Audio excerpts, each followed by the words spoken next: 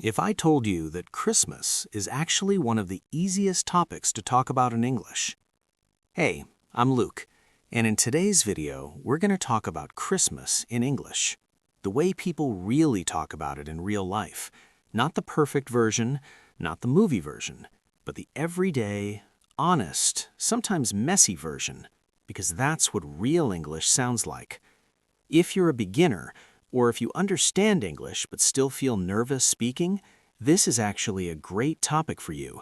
Christmas conversations are slow, they're emotional, they're simple, and they're everywhere. So let's start gently. When Christmas comes up in conversation, people are usually not looking for information, they're looking for connection. They want to share something small about their life and hear something small about yours. That's it. So when someone asks you, "So what are you doing for Christmas?" they're not expecting a long answer. They're just opening a door. And the biggest mistake beginners make is trying to walk through that door with a perfect sentence. You don't need that.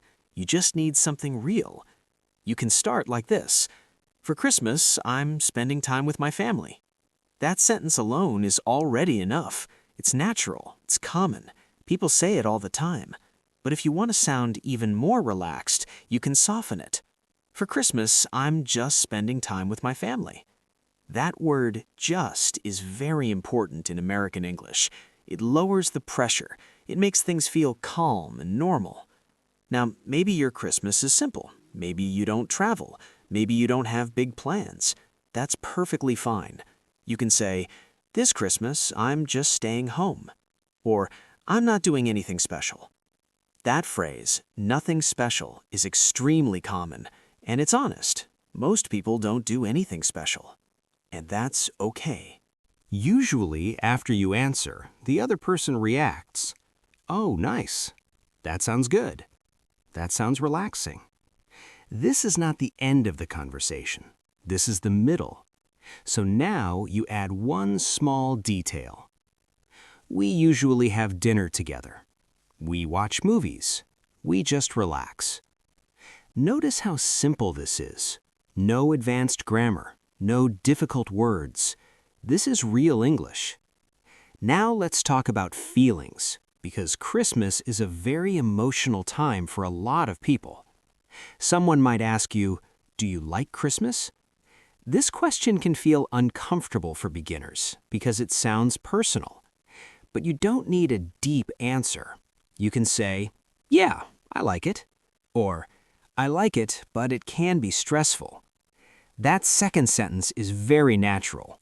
"I like it, but it can be stressful." A lot of Americans say that. Christmas can be fun, but it can also be tiring. There's shopping, there's family, there's pressure.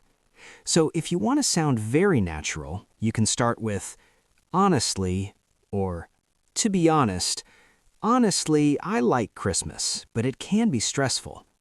That sounds real. It sounds human. And here's something important. You don't need to pretend you love Christmas. English sounds more natural when it's honest. If you don't really enjoy Christmas, you can say, "It's okay," or "It depends," or "I try to relax." Those are all valid answers. Now, let's talk about traditions, because people often ask about that.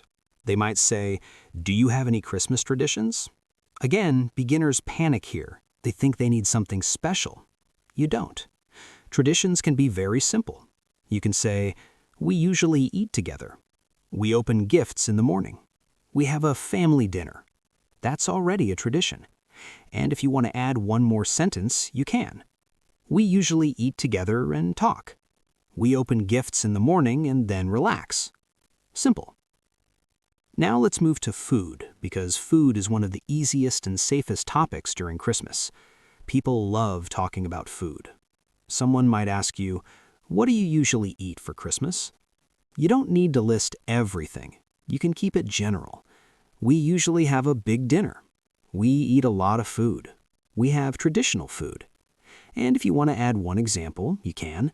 "We usually have a big dinner, like turkey and dessert." "We eat a lot of food, especially sweets." That's enough. You don't need perfect vocabulary. You don't need exact names. General words are your friend. Now let's talk about something that's very important. Christmas is not happy for everyone, and real English includes that too. If someone asks you, "Do you enjoy Christmas?" and you don't really enjoy it, you don't have to lie. You can say, "It's not my favorite holiday." It can be a little hard. I try to keep it simple. Those sentences are honest and respectful. Let me share something personal with you. For me, Christmas changes every year. Some years are calm, some years are busy. Some years I feel relaxed. Other years I feel tired. And that's normal. And that's why Christmas is such a good topic for conversation, because it's about real life. Now let's talk about another very common question. What are your plans for Christmas? This question sounds big, but the answer doesn't need to be big. You can say, "I don't have big plans. I'm just taking it easy. I'm staying home this year."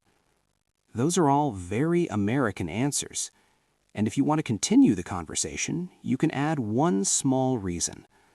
"I'm staying home this year because I want to rest. I don't have big plans this year. I just want to relax." Relax, rest, take it easy. These words come up a lot around Christmas. Now here's something that will help you a lot. After you answer, don't forget to pass the conversation back. "What about you? How about you?" This is one of the most important habits in English conversation. It shows interest, it removes pressure, it keeps the conversation alive. Let's put everything together in a full example. "So, what are you doing for Christmas?" "This Christmas, I'm just staying home with my family." "Oh, nice. Yeah, we usually have dinner together. What about you?" That's a complete conversation, and it sounds real. Now let's slow down and focus on something important.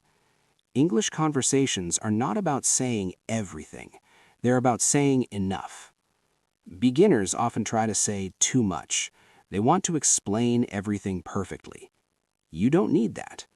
One sentence is often enough. 2 sentences is plenty. And silence is okay. Now let's talk about memories, because sometimes people talk about past Christmases. They might say, "What was Christmas like for you growing up?" That can sound scary, but again, you keep it simple. "When I was a kid, Christmas was fun. When I was younger, we spent time with family." You don't need details. If you want to add one feeling, you can. "When I was a kid, Christmas was fun and simple. When I was younger, it felt more exciting." That's real English. Now let's talk about gifts, another very common topic. People might ask, "Do you exchange gifts?" You can say, "Yeah, we exchange gifts. Sometimes. Not really." All of those answers are fine. And if you want to continue, we exchange small gifts. We don't do big gifts. Simple. Now let me give you something very important to remember. When talking about Christmas in English, your goal is not to impress. Your goal is to connect. People care more about how you feel than about how perfect your English is. If you sound relaxed, people feel relaxed. If you sound stressed, people feel stressed. So slow down. Speak simply. Pause when you need to. That's not bad English. That's real English. Now, before we finish, I want to give you a simple focus for your next Christmas. Focus on 3 things: plans, feelings, and routines.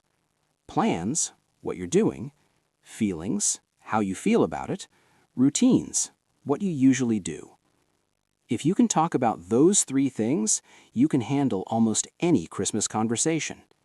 And remember, Christmas English is everyday English. It's not special English. It's the same English you use to talk about your day, your life, and your feelings. So don't overthink it. Speak slowly. Speak honestly. Speak simply. And if you want to keep practicing real English conversations, not just Christmas, but daily life, emotions, routines, and small talk, the next video is waiting for you.